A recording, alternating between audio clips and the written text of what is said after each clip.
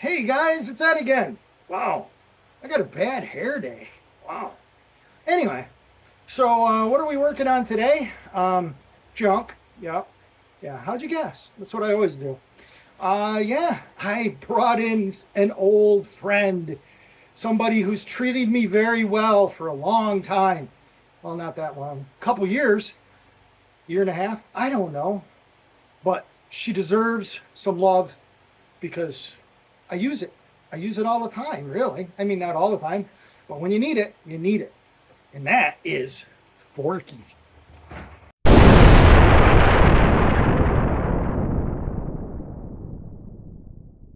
So if you guys don't know about Forky, Forky is a 1946 Clark Planeloader that I picked up a couple years ago from a lady who had it in her barn. And I have used it. I have done basically the bare minimalist to get it to move and run and work and do what I need it to do. And it continues to do that.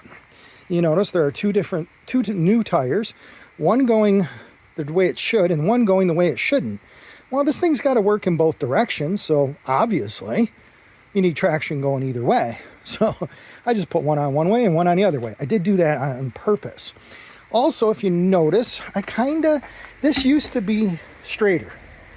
I hit the corner of the garage. Yeah. It should be more like this one. So I probably should try to come along that or something back down.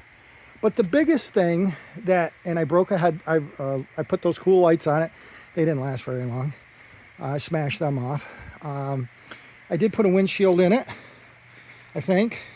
Piece of plexi, I think. I definitely put a back one in it. The front one, you know what I did? I think I cleaned it.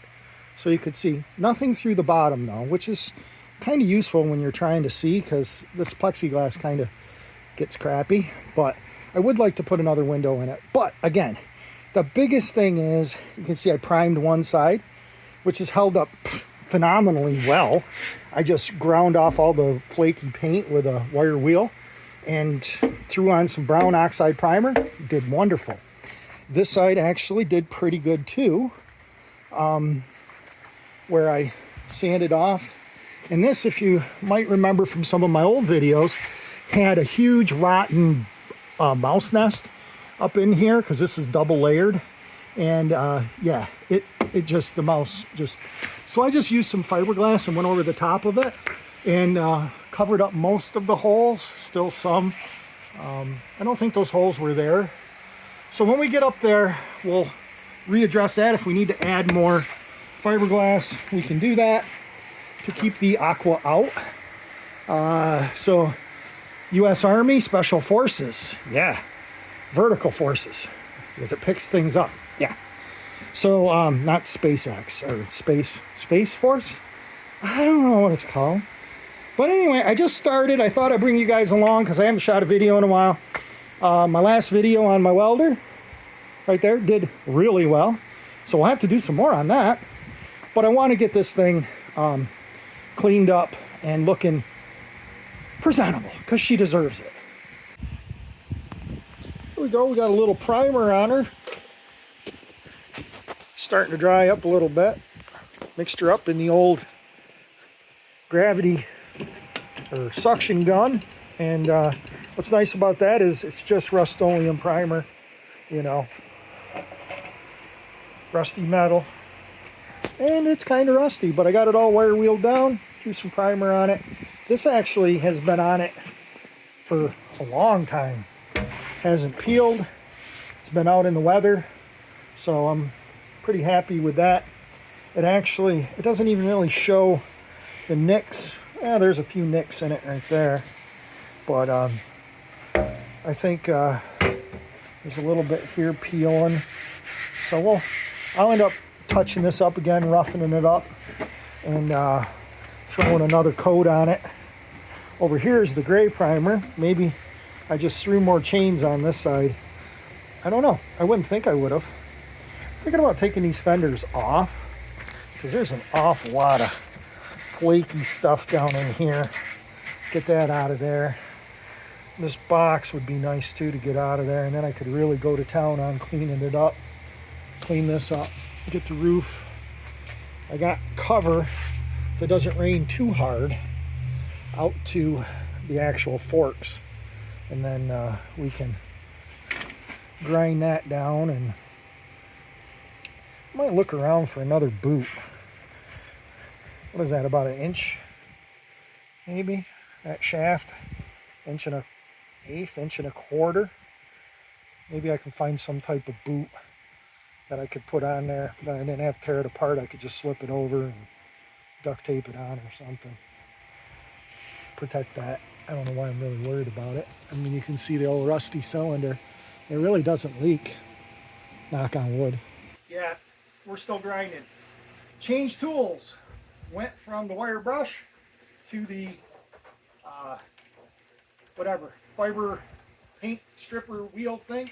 This works pretty good. I did that whole side in 5 minutes. Notice I didn't take off in this area over here because, well, that's got fiberglass on it. So if I hit it, it's just gonna blow through, which I did, and it blew through it. So let's get back up here and knock some more of this off.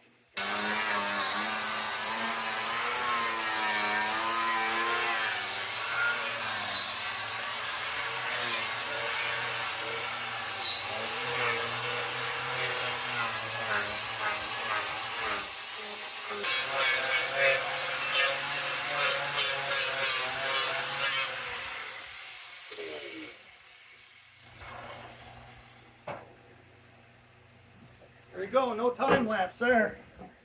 I don't know how long it took, but I'll probably fast forward it. I'd say 5-10 minutes. So here's the hood I built today. This was today's project. The old hood was over here, made out of bunches of pieces of tin and stuff. I even Frenched it in a little bit, recessed it so we can get in there. I do have to come up with a device to hold it down, but it fits perfect. I'm super stoked with how well that came out. Been working on the wiring, relocation. I had this fuel tank floating around in the horde of junk for a while, and it was already kind of an olive drab color. So I just kind of brushed some on. I had a little bit left in the can.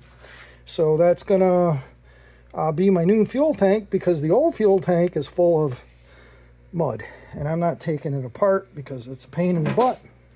So that relocates the battery over to this side, which I believe is where it was. And I have this little 12-volt battery that I've been using. We took it out of a, I don't know what it was in, Civic?